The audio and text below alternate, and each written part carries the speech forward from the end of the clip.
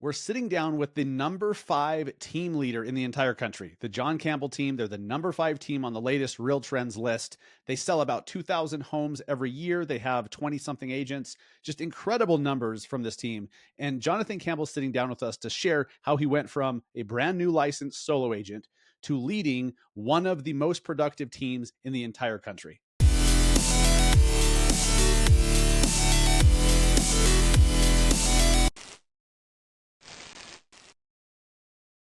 What is up, guys? Welcome to episode 341 of the Massive Agent Podcast. I am your host, Dustin Brohm, here in Salt Lake City, Utah.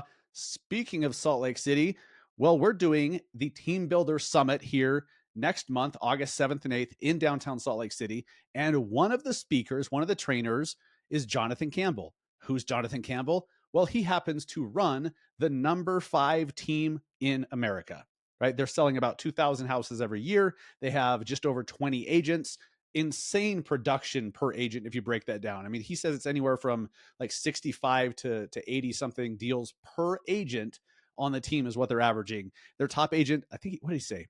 You'll hear it later in the episode, like 140, 170 sales their top team agent does. Incredible. And he's going to be breaking down how he's built this and what did he do to start? What did he do next? Who were the first hires you should make as a team leader? And what's cool is he's going to be at our Ignite Team Builder Summit in Salt Lake City. So I have a little bit of a bone to pick with you. See, the reason that I chose to do a Team Builder Summit for our first real large live event, it's actually quite small, but our first live event here that wasn't tied to my team or the Massive Agent Society. Like, this is open to anyone in the industry. If you're a team leader or want to be, this is for you. And I have a bone to pick with you because you say you want to build a team. You say that you're so busy and you need to scale, you need to build a business and that you want to, yet you still haven't invested in a ticket. You still haven't invested your time. You still haven't made the decision that, oh my gosh, if the number 5 team leader in the country, which after today's conversation, you're going to realize why you want to be in the same damn room with this guy for 2 straight days, why the number 1 team leader in Utah, the Perry Group, why he's going to be there. Neil Dingra. You guys all know Neil Dingra. Neil Holm, he's been on the show a few times. He does the Forward event in Vegas that I'm going to next week with Gary Vee and who else? Well, Gary Vee and a bunch of other people. One of the best events of the year. Neil is going to be talking about team building. Paige Steckling, Utah Real Estate Paige, she's going to be speaking at this event, and so many other great high-powered team leaders. If you want to accelerate, if you want to actually build a team or build a business of some kind in this industry, the fastest way to do it with the least mistakes is to get in a room with people who have done it and absorb everything you possibly can from them. And you can do that for anywhere from $500 to $1,500 for a ticket. And you're not. For some reason, you're not. Oh, it's inconvenient. Well, you know what else is inconvenient? Not building the thing that you've been telling yourself for years that you're going to build. So I'm pushing back on you who are on the fence and you're making excuses, because those excuses are popping up knowing that if you just take action and do the thing and get in this room and go to this Team Builder Summit, you'll actually be on the track to building something big. And some of you, it freaks you out. Do it anyways. IgniteSLC.com is where you get tickets. It's going to show you the full price. And I'm going to give you a little hack here. If it's going to show you the full price of the tickets, put in promo code EARLY and you're going to get half off. This actually expired, but I'm bringing this 50% off deal back because I want to pack the room with as many of you as possible. August 7th and 8th, downtown Salt Lake, IgniteSLC.com and use promo code EARLY. Let's jump into it here with Jonathan Campbell. So you can see one of the speakers who's going to be at this event both days. They're going to be at the VIP dinner. If you can afford the VIP, if you can grab that, it's going to be one of the best investments you've ever made in your business ever. I can promise you that. I'm putting this event together the way that it's done with the people that are going to be there intentionally because I know who you are. I know where you're at. I know what you're trying to do, and I know what you need. You just have to take that first step and get yourself a ticket and be there. So let's jump into it with Jonathan Campbell. So Jonathan started, like the rest of us, as a solo agent. He started out young. You're going to hear he did not go to college. He got into real estate pretty quickly. And he's going to share with you exactly what he did to start getting a shitload of business very, very quickly. And I asked him, does that still work today? Does it still work in 2024? He says, absolutely. His team still absolutely crushes the strategy that he's going to share with you right now. He's going to share when he does it, how he does it, the details around it. The only question is, are you going to do it? It's that simple. It's, are you going to do it or not? Because he's going to give you the literal roadmap and share how he went from a solo agent to the CEO of one of the top 5 teams in the whole freaking country. Jonathan is also one of the best human beings you'll ever meet. He's an open book. You can ask him anything. I recommend you follow him if you don't already. Add him on Instagram. I'm going to add the links to his socials in the show notes if you're listening to the podcast. If you are watching on YouTube, show notes, as well as a link to igniteslc.com where you can get your tickets for half off to the Ignite Team Builder Summit next month in downtown Salt Lake. Again, I've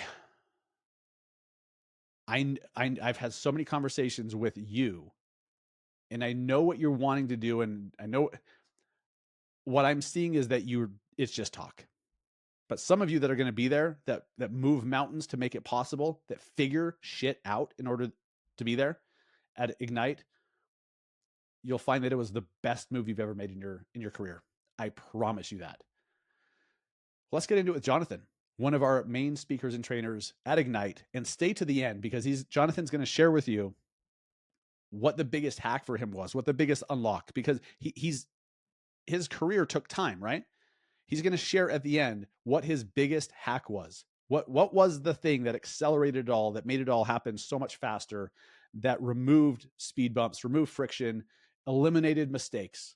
Because look, you guys can all go figure out how to build a team. You're going to figure out the wrong way. You're going to, just like Edison inventing the light bulb, you're going to figure out 1,000 ways it doesn't work. Well, what if you could just figure out the way that it does, right? Get ready to take notes with Jonathan Campbell, leader of the Jon Campbell Team with Real Broker, right now. All right, guys, I'm here with Jon Campbell, the leader of the number 5 team in the country, the Jon Campbell Team. So you're in Pennsylvania and New Jersey, is that right? Yeah, well, several. So Pennsylvania, New Jersey, Florida, Georgia, and dabble in North Carolina. Awesome. Jonathan, welcome to the Massive Agent Podcast, man. So good to have you here. Hey, thank you. I've known you for now a few years, and appreciate you, Dustin. And yeah, hopefully we can get up some golf soon. I know you've been really taking up some golf, and I'm obsessed. Yeah, looking forward to getting on the links with you again. Yeah, for sure. I'm unhealthily obsessed, but it's fun. So I remember you and I we were at an event in Florida. We were golfing. You, me, Clayton Gitz, and was there anyone else? I can't remember. But you took It's the 3 of us. Yeah, it was the 3 of us. You took a break for a hole or two to do a team meeting, and you were talking about your CRM and how by switching from one to another, you're going to do like an extra 50 transactions a year or something. And you were running this high powered team from the golf course. And I thought that was, first off, I respected it. And I thought it was cool. And just hearing how high level you guys were, it really made me respect you at a whole other level. And so it's cool to come full circle now, have you on the show to dive deep on how you've built literally the number 5 team in the country, which is insane. Congratulations. Thank you. Because I think most agents listening to the show are in a period of growth and scaling where some of them are just trying to get their business off the ground from day one. Some of them are doing great business, but they're trying to get to another level. They're trying to do enough production to start leveraging and building a team. Everyone listening wants to grow. So yeah. You've been in business for what I think we figured out about 17 and a half years, right? Yeah, looking back at that, I'm like, whoa. Right. But yeah, I got into real estate in 2007. And did you join a team right away, or what did that look like when you first got your license? Yeah, so when I first got my license, I was with a company called Keller Williams. I'll just tell all the companies. And then, so I joined Keller Williams in 2007. I was 19 years old. So I actually got my real estate license my senior year in high school when I was 18. What? And it was interesting. I was taking night classes to just get my real estate license. I wanted to not actually be an agent. I was an investor. So I bought my first house, and I was house hacking. So I was just literally fixing and flipping properties. And what I was doing was I bought my first house when I was 18. And I got my license, and then I took a year off, and I was like, what am I going to do with a license? But that's what I thought I needed. I thought I needed a real estate license to do real estate investing. And I learned quickly that you didn't need it. Right. So, And you, market crashed, as we all know, in 08, 09, but I was an independent agent just flipping houses.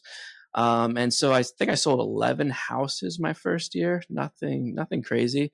Funny thing is I kept that, whatever they call it, 1099 or W2 or W9 or whatever they send you. yeah, I have to frame it because I made like maybe $13,000 or $14,000 that year in real estate commissions. It wasn't much, but it was very humbling. But I was flipping houses, and I was perfectly fine with that. But the problem is that I was selling houses, making very good amount of money. Market crashed, and it was from there. Like, what do I do? So I moved back in. My parents, love my parents. Hopefully they listen to this in the future. But I did not want to stay there, so I had to figure something out. Like, so that's when I got in real estate sales, like actual sales. incredible. Okay, so you get your license at 18.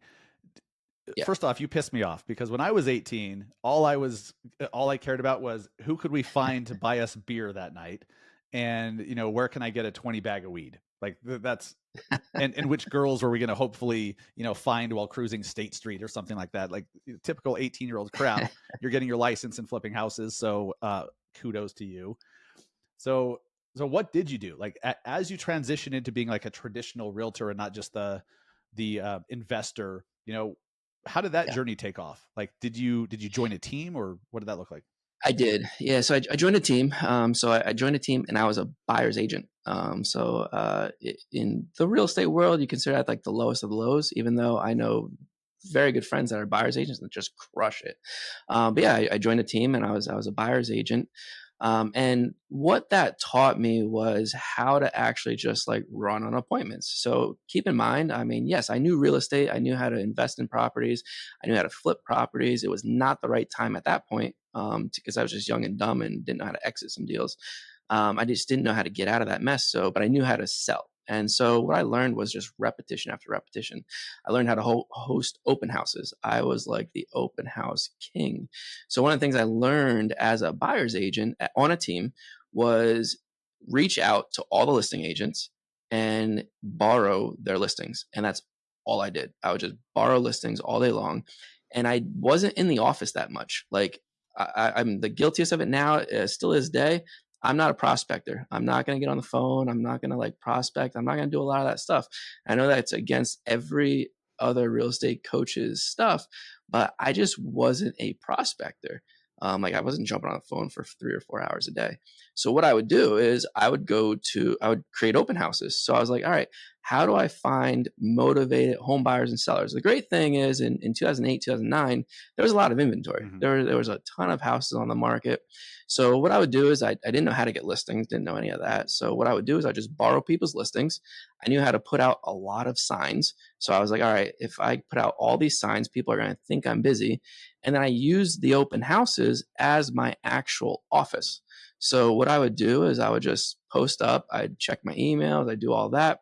I wasn't advanced enough yet to do door knocking or anything like that I've learned, but all I would do is just put out a bunch of signs. Didn't even advertise a thing because I wasn't on social media or anything. And I would just, boom, open house, here I am, signs everywhere, and people would walk in the door. There was nothing better than just having conversation after conversation.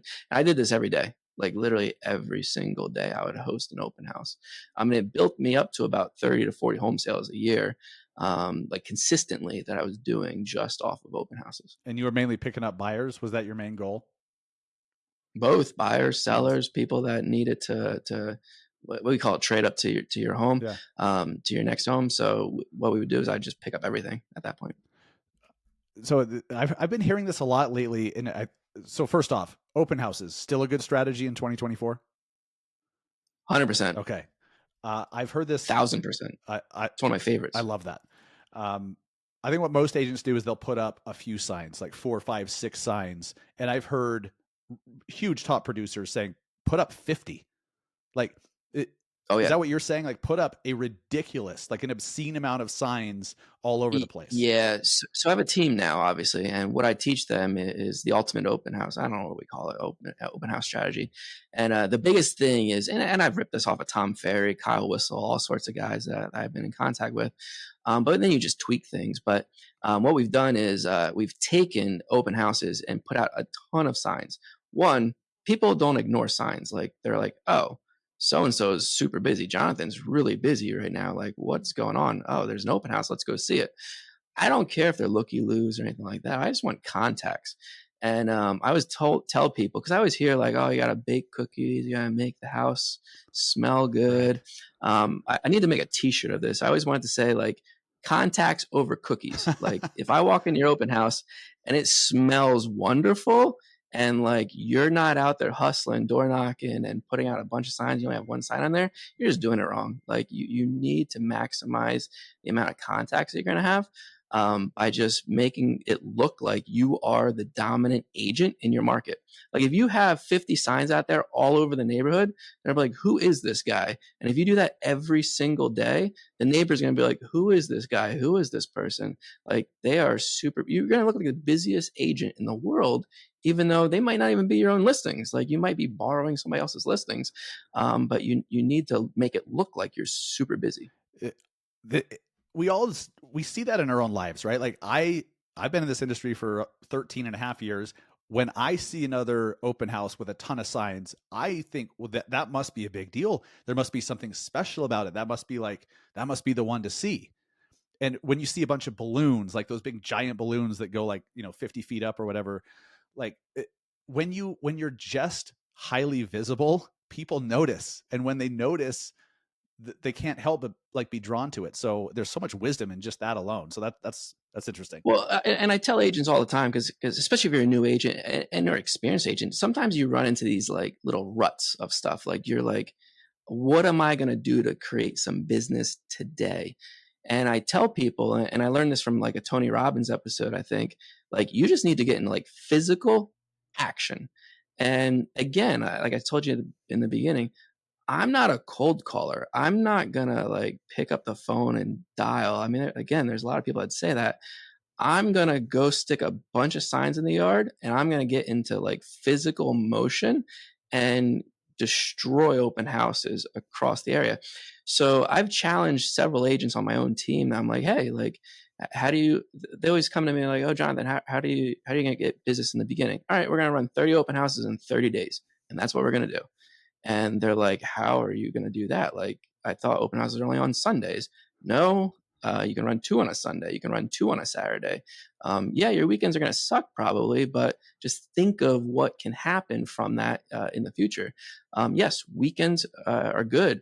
Weekdays are even good in the evening, lunch breaks. I mean, everything. So just put yourself into just massive action with that. It's such gold. I love how you said you get into physical action, like you're actually moving and going somewhere to do something, not just like I'm going to post something today and then take a 2-hour lunch break.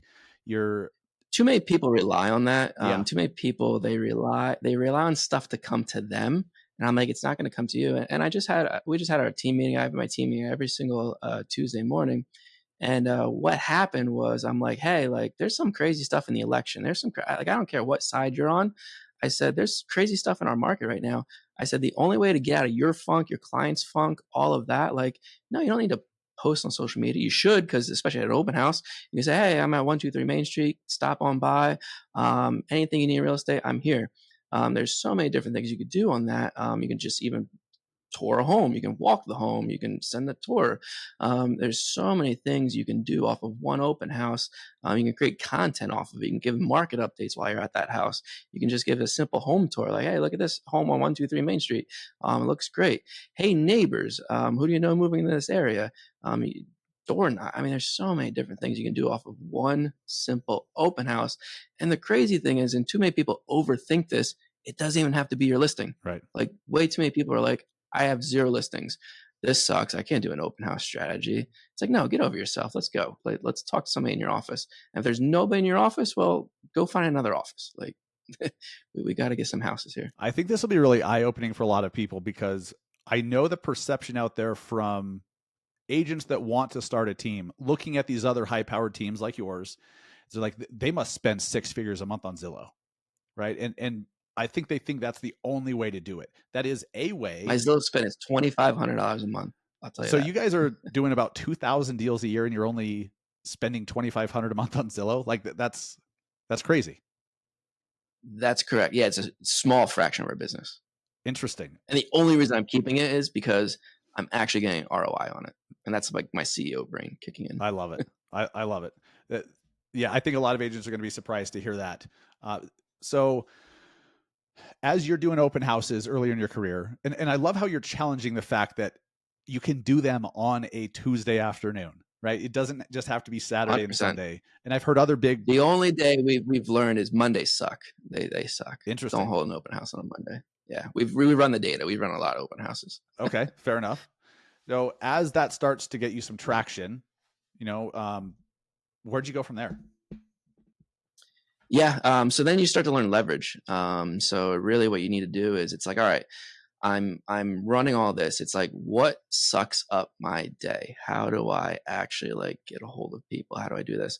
So for me, it's a transaction coordinator all day long. I mean, what you need is you need somebody to handle your paperwork. There's nothing worse. Like I'm in go mode. Like I want to shake people's hands. I want to meet new people on the street. I want to bang on doors. I want to like host open houses. I want to like just get out there. There is nothing worse than going into an agreement of sale and then making sure all my boxes are checked, everything's signed. I need to e-sign this. So go get a transaction coordinator. Yeah. Have them take that off your plate. It's cheap, like literally cheap. And you only have to pay them hourly. You just pay them per transaction. I think it's amazing. Yeah. When I first hired a TC, it taught me what leverage felt like. And so it's almost like it's almost like bumpers, when you're bowling, which I may still need from time to time. It's like here's how to hire somebody in like the easiest way possible. Like you said, you pay when it closes per transaction, and it teaches you what it's like to have an employee, for lack of a better term. And then you're like, oh, well, okay, I like outsourcing these things. What else can I take off my plate, and who can I give it to? And then you're looking for that person. So super powerful. And it's funny. I know you're at Real now. I've been at Real for almost 5 months. I've heard some of our agents say that the Real app has been so, it makes transaction management so simple that they're getting rid of their TCs. And I'm like, just because it's easy and you can do it yourself, I don't necessarily think that's the best move, but they're doing it. So you're saying first hire, transaction coordinator, then what? Yeah, from there, you just have to analyze. It's like, all right, are you generating enough leads? So that's one of the biggest things to me. It's like, are you generating enough leads? So like for me, I have a listing manager. That listing manager then actually like they go out. I mean, they enter everything in the MLS. So again, I don't want to touch anything in the MLS. I don't want to learn like entering all of that, like just getting all of that in there. And most photographers nowadays know how to do that. So they know how to like take your photos, then enter them into the MLS. A lot of them do. So that would be my next thing is like, if you're starting to generate listings, well, one, don't take the photos yourself. Go outsource that. There's plenty of photographers out there, but you got to find that person that can start to enter that stuff into the MLS, so that you don't have to do that on a consistent basis. If you're not generating at least two listings a week, don't do that. It's just you're not ready for it, and you're not going to be able to justify that cost. Do you think that agents start team building too soon? Do you think that they just don't have the leads or the business flow yet? 100%. Yeah. So most people that I talk to, it's not the transaction coordinator. It's not the admin part. Most people think that they're busy, but they're really not that busy for a team yet. And that's what I find more times than not, that they don't have enough lead flow. Like when I show somebody my database, they usually like their jaw drops, because when I organize it by like So we use Follow Boss. It's an incredible CRM.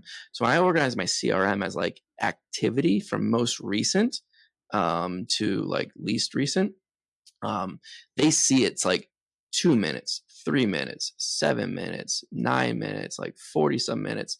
And I'll have like 50 people on page one in within a 24-hour period that are active on our website looking at things. They've engaged in an email recently. Those are warmer prospects. They're not like slam dunks, but those are much warmer people that are actively engaged. Most people don't have that. Most people think that they're ready to like hire an ISA or something like that. But when I look at their database, I'm like, no, you're not. Like, just make those phone calls. Make those phone calls. When you have 50 of these every single day, then you need to outsource that, because you can't keep up with the amount of calls and emails and texts that you need to send out while running on appointments. Like, if you're not in at least like 1 to 2 appointments a day, don't start uh, don't start building a team. I think that's great advice, and it's not what everyone's going to want to hear, because starting a team is sexy, and it's like, you have this feeling that, like, you're growing and you're building. I think you're absolutely right. I see people do it too soon, and then they hire one person. That one person stays for 3 months, then they leave. All that stuff goes right back onto the team leader's plate. Do you recommend? I've heard other team leaders say, never hire just one agent. When you're ready, hire three. Oh yeah. Yeah, it's always good with that, because then one, competition just starts to breed, especially when you hire the right person. And then the second thing is that um, everybody's going to be different. And not only that, they're not going to be available 24/7, 7 days a week. Like, everybody has different schedules, so you definitely want to have different ones, like other agents, buyers agents, things like that. That makes sense. That makes sense. So, all right, when But if you're not generating listings, don't hire a buyer's agent. If not, and I hate to talk like you're a Zillow employee, but you literally are like an employee of that platform. Like, no, it's either, if you're doing all that spend, like, run on the appointments. If you have that much spend, then it's like, all right, yeah, get a couple agents and then go crush it. But I just see people scale way too quickly when they're not generating listing leads on their own. interesting. Okay, well, what are some of the other mistakes you see aspiring team leaders making? They overspend. They way overspend. So what ends up happening is they're like, all right, yeah, I have all these portals and I'm paying all this money and I have the leads, and it's like, great. Well, how, like, what's your foundational follow up? Like, what are you actually doing to convert those? Do you know your agent's conversion percentage? Do you know what's actually happening? Are you actually going on appointments with them to shadow them? Are you seeing what's happening in the field with that? Are you role playing with them daily? There's a lot, like, you shift from like, yeah, you are the appointment person and you are running on the appointments, to like, are you teaching them everything that you know in your heart to run on those appointments, and are you checking in on it? A lot of times what they'll do is they'll hire an agent and they'll say, yeah, they rely on like some simple onboarding. Oh, they know what they're doing. And they might check in with them in the beginning, but it starts to fade away. It starts to fade away. And as soon as you start to fade away with some of that stuff, you're like, all right, what's happening? Like, why is not as much money coming in than is going out? And I just see that way too often. That makes And they're sense, always playing catch up. right? Always playing catch up. So, how do you? How many agents are on your team right now? It's 20 something, right? Yeah, it's like 27, 28-ish, somewhere in that range. So, something that you've obviously done very well, and other teams your size do well, is you make the team sticky. Like, you bring great agents in, and then you keep them. So, what should an aspiring team leader start to wrap their head around now, even before they make that effort to make the culture attractive, and like to retain people, so that you're not just like, oh, I got this person, I trained him for a month, they're good, and then all of a sudden they fade away. Like, how do you keep the whole thing sticky? Yeah, so one thing I want to just correct you on your language there is, we don't bring agents in. Mm, So it kind of sounds crazy, but our best hires are people from outside the industry. So what I will do is I won't even like hire real estate agents. And this is going to be very controversial, but I'm just going to say it. To me, most failed real estate agents are going to be continuously failed real estate agents. Um, Typically, they don't have that, like, we call it the dog in you. Like, they don't have that dog in you. And what happens is that um, they're failing because they don't want to do that open house. They don't want to, like, they're not coachable. They're not coachable and they don't have that drive. And so what I do is I usually will go outside the industry and I'll find those people. Like I'll go find that, like, hey, I'm at a restaurant and that restaurant worker is like just super happy. They're giving you really good customer service and they're just always smiling. They're always like, hey, what can we do here? And it's like, hey, have you ever thought of like doing something else? Then like, what's your goal? And a lot of times those guys will turn into some of the best agents that I have. I think 90% of my team is from outside the real estate industry. They just come in and they're super hungry, they're super happy, and they're super coachable. And if you can find those three things in somebody, and you have the right systems already in place, like the foundation that we've built, then they will crush it. Absolutely crush it. And not only that they have such big competition between each other that like they all just want to succeed at a high level. Yet like we have a new agent literally this morning and she's like, hey, I just got 5 BACs, buyer agency contracts this week. I just put 4 homes under contract. I'm super busy, but at one of my open houses somebody came, and she's a buyer's agent on our team. She was like, somebody came in to one of my open houses and they want to list their home.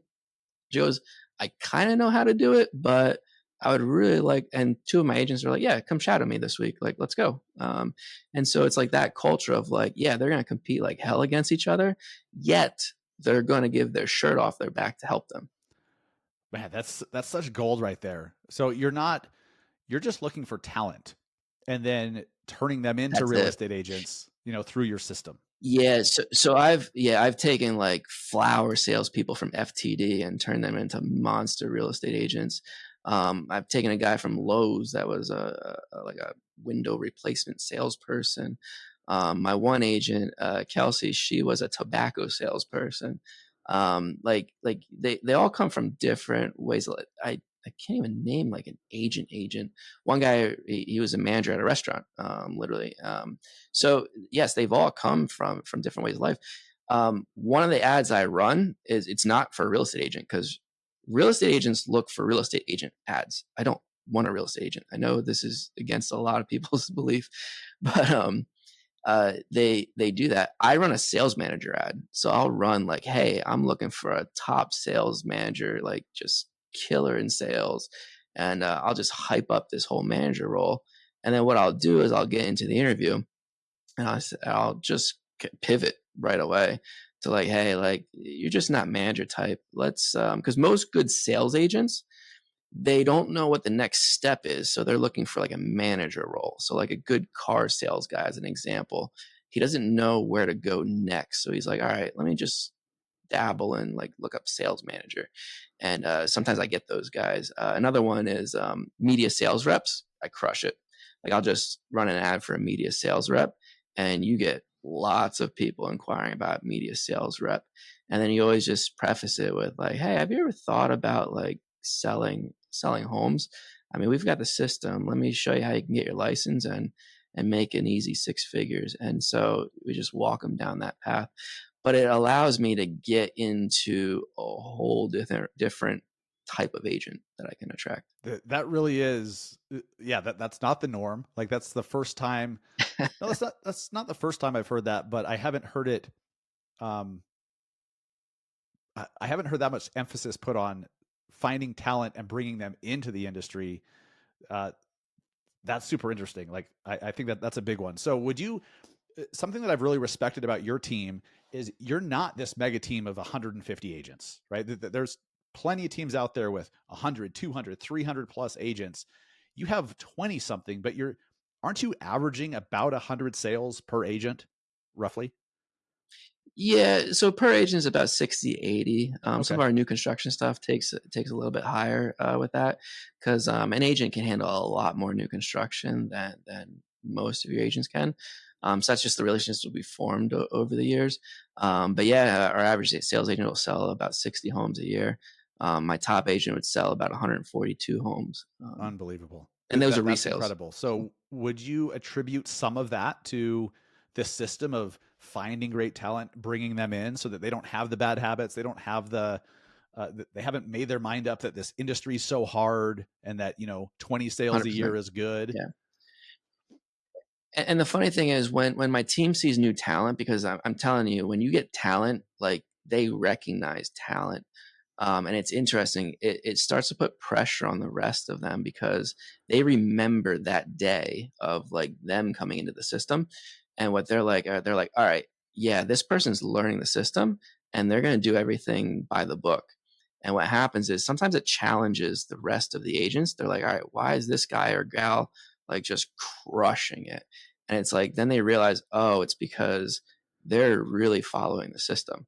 They're not trying to create their own little nuances. And I'm not saying that creativity is a bad thing, but sometimes people get in a comfort zone, and it's a gut check at that point of like, all right, no, this guy is coming like hot fire and is just put 4 or 5 like I just promoted a new listing agent. Like we don't bring in an agent and you're like, all right, here you're a listing agent right away. Nope. Like you're going to be a buyer's agent and we're going to teach you everything and you're going to learn everything because you need to have deal experience. Like none of them have deal experience. So they need to understand deal experience because a listing side is completely different. And my one listing agent, over the last 2 weeks, I think he's gotten 7 out of the last 8 appointments. So his conversion rate is through the roof right now. And the other agents are noticing that, and they're like, "All right, what do we need to do? Like, let's get this guy." This sounds like the most important thing you do, right? Is how you hire, because it seems like it fuels everything else, and it just snowballs in the right direction. Because so if you're not an agent and you come into it, like you may be doing 6 deals a month right off the bat and have like 4 appointments a day or whatever those crazy numbers are. But if you're an experienced agent, that may just be not even possible for you. Like you made your mind up years ago that that's just too hard. Somebody coming in, they don't know. Like they may think they suck. They may think that they're underachieving, right? That's all it is. That they don't know. They don't know. So one of the things that shocks a lot of people is like on a buyer agency contract, we'll charge a 5% buyer agency fee. And other agents are like, how do you do that? Why would you do that? Well, a new agent from outside the industry doesn't know any different, Right. and it's automatic to them.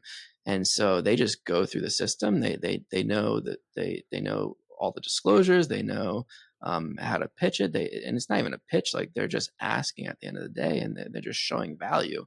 And a lot of agents they lost that touch. They've gotten just too comfortable in whatever they got comfortable in, and they lose it. And that's why, again, I'm not here to bash our own industry, but a lot of times, like if you're a failed agent, it's because you can't get over that mindset of like, no, this is the way it needs to be done.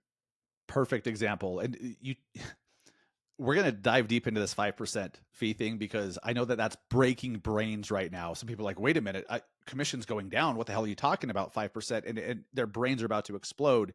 It just illustrates what a mental game real estate is. Once you learn the business, once you know how to write offers and how to structure things, how well you do it's a mindset thing, obviously. And so I see agents all the time looking for tactics. And they're like, well, if you just give me the ad to run or just tell me, what to post on social media or do this and do that, they think that's going to get them from 20 sales to 100. It's not. They don't believe they can. Like it's just a mindset thing, right? Correct. Correct. Yeah. So one of the things, like especially with mindset, I see it too often, and we're all guilty of this. I mean, myself included. I mean, you get into funks, you get into whatever. Um, what happens with mindset is you have too many people in your ear, and again, that's why I always tell people like get over your mindset type of stuff and get into action. Like yes, post that, but don't post that whatever that person told you to post. and then just wait. Like, don't do that. I am the guiltiest one, and you already know this. And we were talking before this podcast of like, I'm the worst at social media, like posting. But you go into my DMs, I am a savage. Like, I will DM people. I think that's how I first like got your phone number, actually, is through DMs. Like, I will DM people. I will reach out to them. Like, you'd be surprised who you can get a hold of through simple DMs. But too many people, they just won't take direct action. Yeah, I think you're 1,000% right. There's so many directions I want to take this right now. There's so many thoughts that I've had and things that you've said that make me want to dive deeper. But I think with the timing of where we're at right now, the NAR settlement, all these agents freaking out that commissions going to be going down. Some of them think they're not even going to get paid. And then you're saying that you charge 5% as a buyer's agent. Will you dive deeper on how you're able to do that, what the buyer gets in return for that fee, and how do you coach and train agents to get that? Yeah, it's value. That's it. Like, if you can show value, you're going to get more money. Like, I don't care what anybody else tells you. That's all the game is. So too many agents, all they do is they open up a door. So I'll give a very simple example. Somebody calls you up from Zillow and it's like, hey, I want to go see 123 Main Street. Okay, no problem. Let's go see 123 Main Street. Are you available tonight at 6:00? Yep, I'm available at 6:00 tonight. All right, great. Cool. You go out to the property, you open up the door, you say, all right, hey, go look around. If you have any questions, let me know. They go look around. They're like, all right, yeah, thank you. I'm not really interested in this property. And some agents, they say, okay, no problem. What are you looking for? Some agents don't even ask that, but some agents are just like, all right, what are you looking for? Like, well, we're looking for like a 2-bedroom, 3-bath home, blah, blah, blah, blah. Okay, well, I'm going to go back and I'm going to start to look for properties and I'm going to send you something. And that's the end of the conversation. And it's like, cool, you're now one of 50 people that are sending them properties. Cool. They don't need you for that. That's why they came to Zillow. And yeah, like, I'm not going to compete with Zillow. So like, I don't even have you can go to my website. I don't even have an IDX feed on my website and people think I'm insane, but it's like, well, I'm not going to compete with Zillow, so I'm not going to waste my time on that. It's interesting to see the mindset instead of just flipping the script saying, well, as soon as you set the appointment first because you want the appointment, but it's like, then you just say, hey, has anybody ever walked you through the home buying process at all? And most people's answer is no. Okay, well, great. What we're going to do is we're going to tour this home, and what I'm going to do is I'm going to set you up, and we're going to sit down after that tour. I'm going to walk you through the whole entire home buying process, and I'm going to get you in touch with some off-market properties that I have access to, and I'm going to get you in front of our actual lender so we can talk all the different terms. If you start to walk somebody through a actual process, you're going to get them to pay you. You're going to get to pay you. And yes, we have unique things like our Elite Preferred Buyer program where they actually pay us money up front. And then we get them access to a free home inspection, free home warranty, access to off-market deals. So there's things that we'll give them. But we also want to see money and skin in the game because we know that person's going to transact right away. So there's unique things that we build in there. But at the end of the day, you need to walk somebody through a process and you need to surprise them. So I'll give you one easy tip on surprising somebody. So even if you're really bad, like you don't have a presentation, you don't have a buyer presentation, you don't have anything to walk them through, I'll give everybody on this call one tip is we call it an emergency property. Have an emergency property.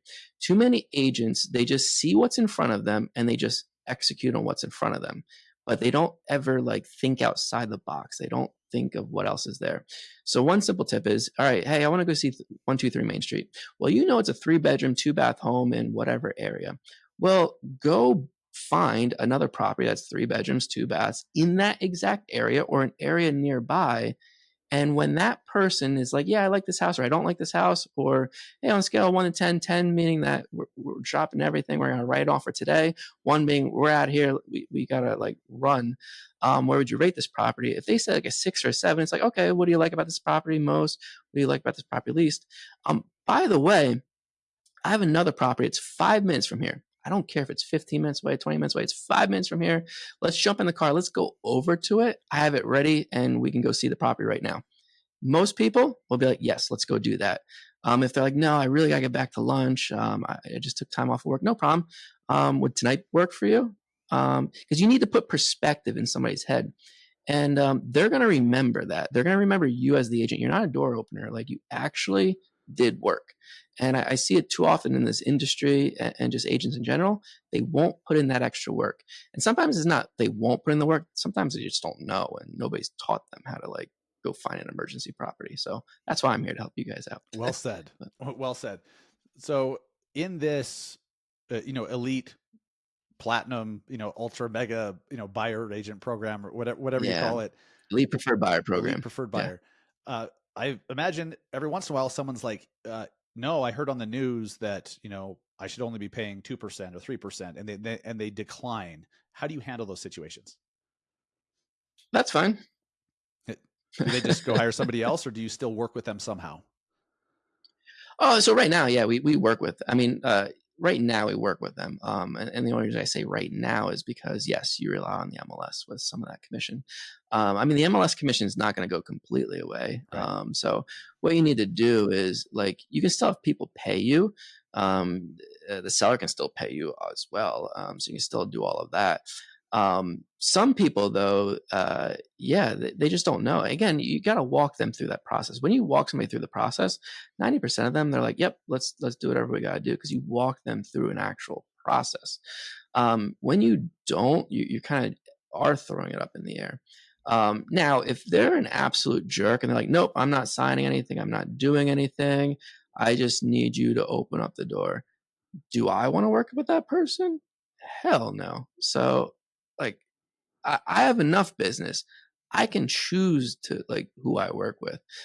So at that point, I'm just like, no, okay, cool. Like, lose my number. Yeah. I'll tell them that, but right. You get the idea. But you're thinking it. Yeah. 100%. I think that should be a big unlock for a lot of agents, is you aren't forced into any agency relationship with anybody. Like, if someone's not a good fit for you, don't work with them, right? Politely tell them you're not a good fit. You don't think that you'd be the best to help them accomplish A, B, or C, and go send them to somebody else. Like, there's nothing wrong with that. It's amazing sometimes. No, it's amazing sometimes when somebody gives you, like, I call it the unicorn, like they're giving you the most insane criteria. They're like, hey, I want like a gold toilet for under $100,000. And it's like, yeah, that doesn't exist. But I don't say like it doesn't exist. What I do is I show them. So I say, all right, just out of curiosity, what's your plan B? I don't have a plan B. Okay. So what I do is I'll open up my laptop right in front of them. I don't care if I'm at a showing, wherever. And I'll go on the MLS and I'll say, okay, I'm taking your criteria right now. I'm putting it in active. And now we're in a low inventory market still up here in Pennsylvania. So that's normal, to be honest. Even with good criteria, it's pretty normal to not have any inventory. But what a lot of agents do is they don't know how to navigate the MLS very well, especially in front of clients. Like, that could be scary to some people. That's why you got to just know your shit. So what you do is you open up the MLS and you say, all right, well, there's nothing available. Understandable. Then you go under contract. There's nothing under contract. Then you go and sold and settled. I'll put that sucker back like 2 years. Okay, there's been nothing that's sold and settled in the last 2 years.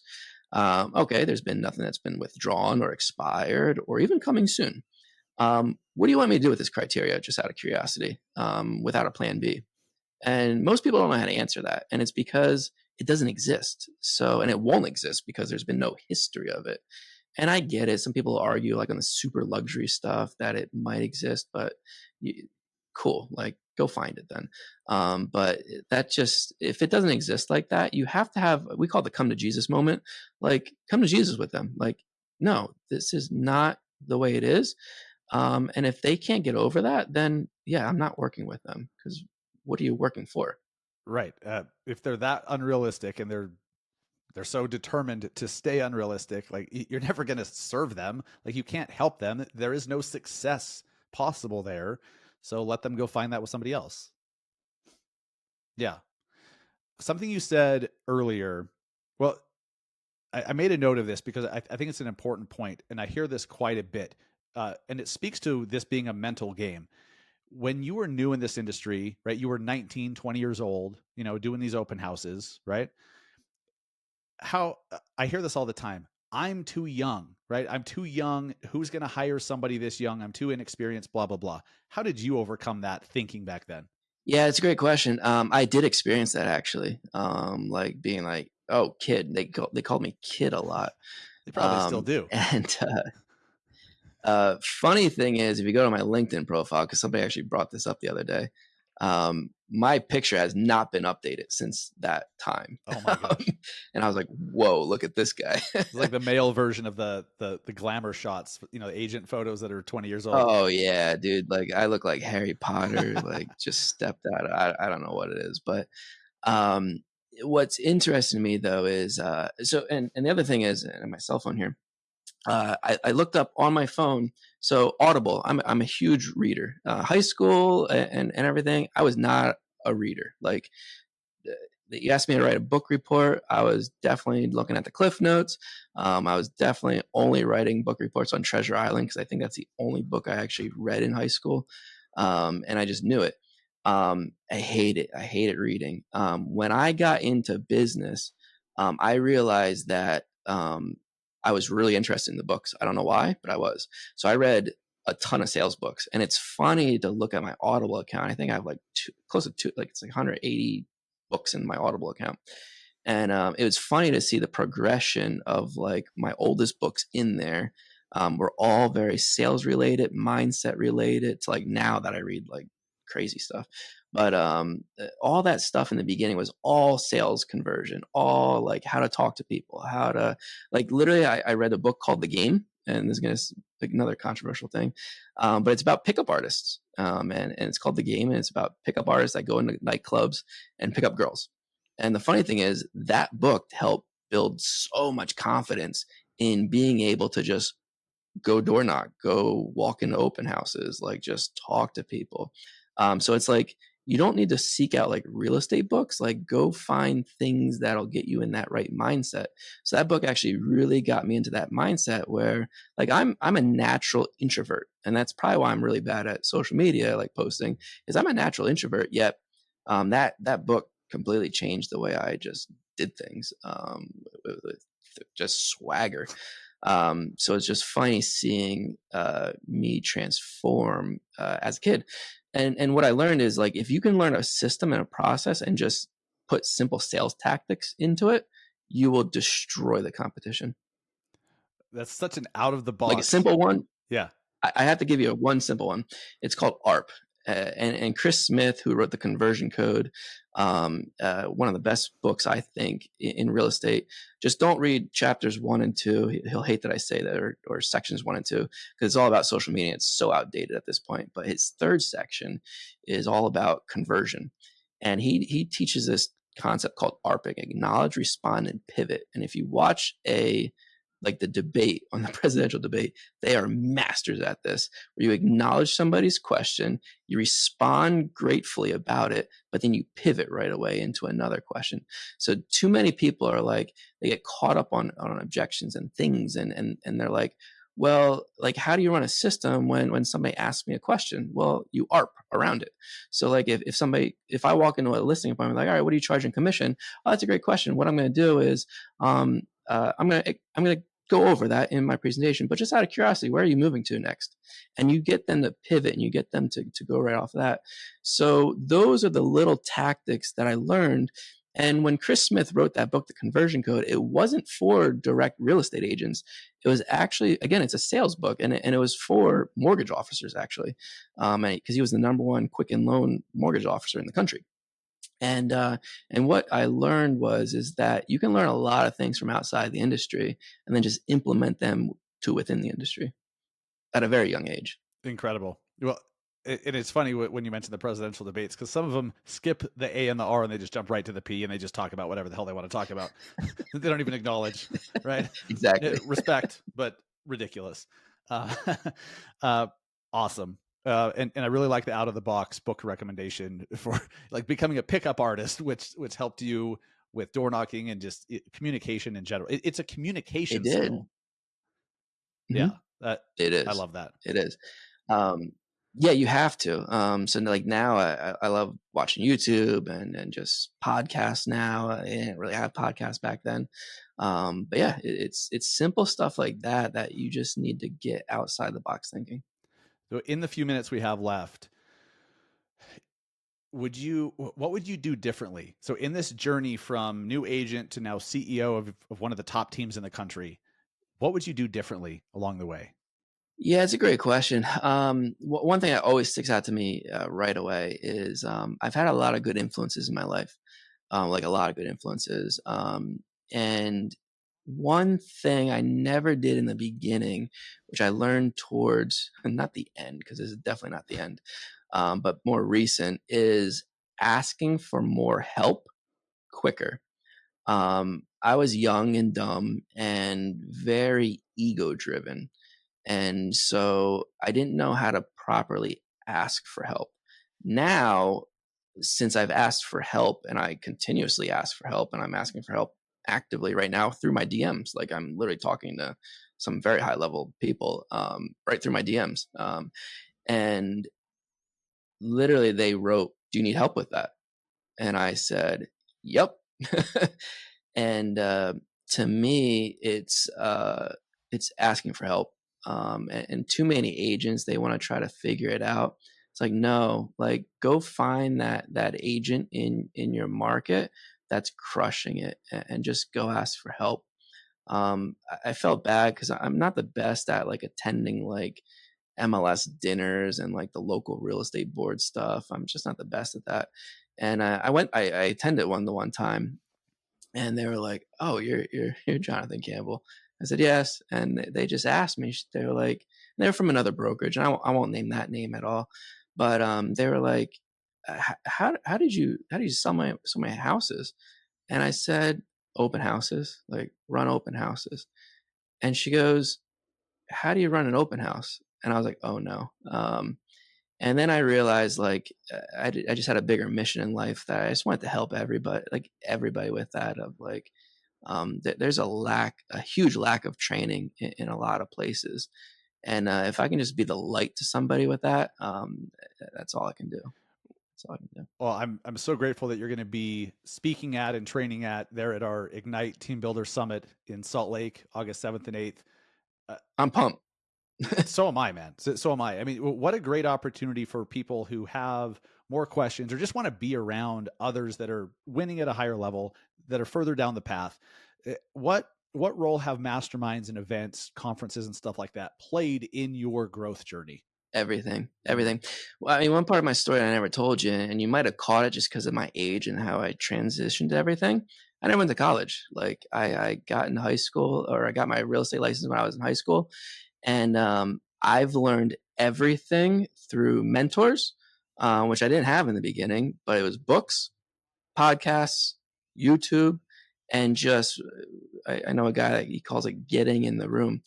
And that's what I was a master at, was actually getting in the room that I felt very uncomfortable with. And one thing that one person taught me was how do you need to start to ask good questions. And sometimes a lot of people at masterminds, and this is one hack I've learned at masterminds, is um, don't ask surface level questions. Like ask your question. Too many people just sit in the back or even sit in the front, and they're afraid to raise their hand. They're afraid to like goes into Q&A. No, like ask that question. That person will remember you. Even if it's the simplest question, like just ask it. I've been in your shoes before. I mean, I was 19 when I got into real estate. I mean, I've been in your shoes probably. And so just ask that question. I mean, that's what's allowed me to literally give Gary Vee a hug, and just like people that I've looked up to my entire career. Just because like I read the book Crush It, and I was like, man, this guy gets it. Like I was trying to figure out things when I was 19, like what am I gonna do in my life? What's gonna happen here?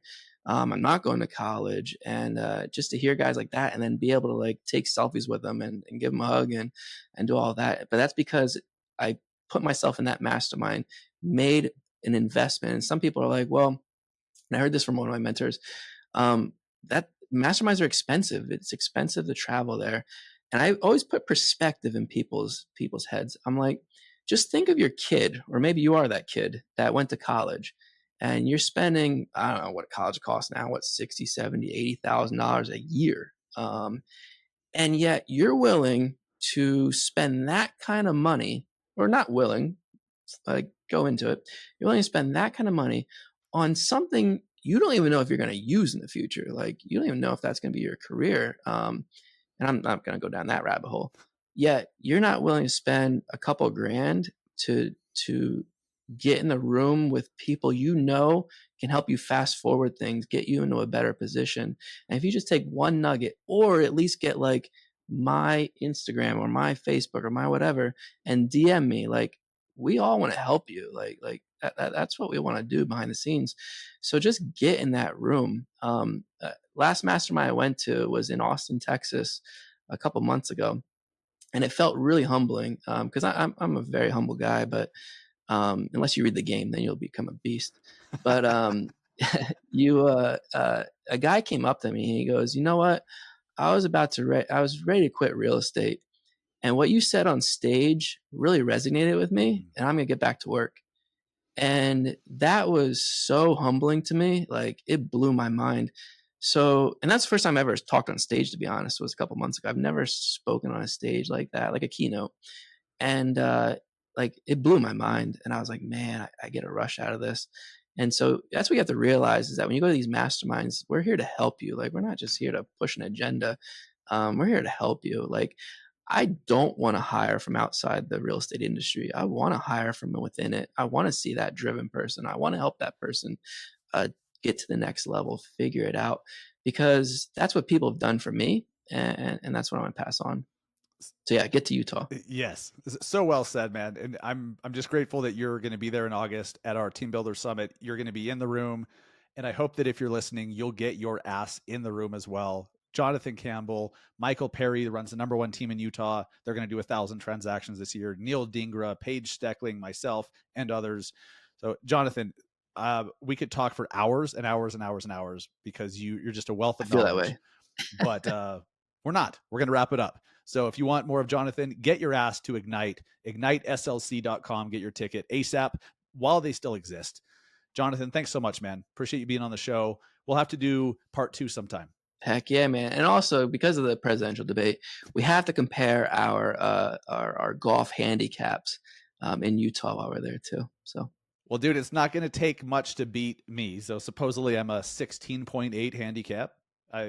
But it's accurate. Like even when I shank, like I freaking hook fuck it into the woods on the left, I still count it, and I do a drop shot and all that. So I don't know. But I think you beat me last time though, didn't you? In Florida? you probably got me now. You probably got me now. Well, you took a hole or two off to sell 50 more homes that year with your team. So I totally understand it. Dude, Jonathan, really appreciate this. Thank you so much. Excited to see you next month in Utah. See you in Utah. I could talk to him for hours, and we're going to have Jonathan back for part 2. The next chance that you'll get to talk with him is at our Ignite Team Builder Summit in Salt Lake City, August 7th and 8th. Make sure that when you grab your ticket that you get half off, right? Save yourself 50%. It sucks for me, but it's great for you. Use code EARLY. We extended the early bird special. Make sure that you jump on that quickly. So we normally do these rapid fire questions with our guests, but I wanted to squeeze every last bit we could out of him. So we just skipped the rapid fire, and I wanted to get as much out as possible. So next time when we have Jonathan back for part 2, we'll do the rapid fire questions. Attention agents in Columbus, Ohio. If you're an agent in Columbus, Ohio, I am coming to town July 18th. We're going to be at the Wedgwood Country Club. And, I realized I started promoting this event that I'm doing. I'm going to be coming to speak. We're going to be diving deep on how to get leads, how to get business, how to grow your business in this current 2024 high interest rate post NAR settlement world. And if you're anywhere near Columbus, be there. But I realized I don't have the link in front of me. So if you are in Columbus, go to the show notes, or if you're watching on YouTube, click into the description, and I'll have a link to get tickets to this event that we're doing, because I don't have it handy right now. But Columbus, July 18th. Let me triple check that. July 18th. That is a Thursday. I'll be in Powell, Ohio at the Wedgwood Country Club. I hope to see you there. There's so many great agents in Columbus. Last time I was there in November, I met dozens and dozens of the most incredible agents that I've ever met. And I hope that you're there again, because what a great time. Now, you're here because you want tools to grow your business, right? And I think to a certain level, you trust my what's the word? My recommendations, right? I've seen good shit, I've seen bad shit. I know what works, I know what doesn't. And when we look at these top producers, whether they're solo, just super high powered solo producers, or team leaders, or some sort of like, some business owner in real estate, they're all leveraging the wisdom of others, right? We can't be economists. We can't be housing experts and agents all at the same time. So the best agents, the smartest agents, we just hire the Keeping Current Matters team. We just use KCM, right? Keeping Current Matters is the tool you need in your tool belt. They tell you what to post. They tell you why, like whatever you're posting, what does it mean? So you can talk about it in one-on-one conversations with your clients. Go to trykcm.com/BAM to try it out for free today and find out why so many of the top producers in our industry are already using Keeping Current Matters. And you're going to realize you should be too. Try kcm.com/BAM. Try them out today. And speaking of BAM, because we are a partner of the BAM network, nowbam.com, their BAM X community, the agents that I talked to that have joined the BAM X community thought that they were joining for one thing, right? They thought that they were joining for the courses and the events and all of that, but they stay for the referrals, they stay for the networking, they stay for the access, they stay for the information, and they all say what an incredible investment. So go to nowbam.com, join BAMX, and when you do, save some money, get yourself a discount, use code MASSIVE at checkout, and you will save yourself some money off the annual membership of BAMX. Thank you so much for listening. If you're in Columbus, I hope to see you July 18th. Make sure you click into the show notes for the link to that. And then last call, Ignite SLC, the Team Builder Summit. Jonathan Campbell, our guest today, will be there. You can actually have dinner with us and pick his brain as much as you possibly can for the entire 2 days. IgniteSLC.com. Use code early to save 50%. I will see you guys there in Salt Lake. Cannot freaking wait for you. So excited for you. Thanks for listening this week. I'll see you next time.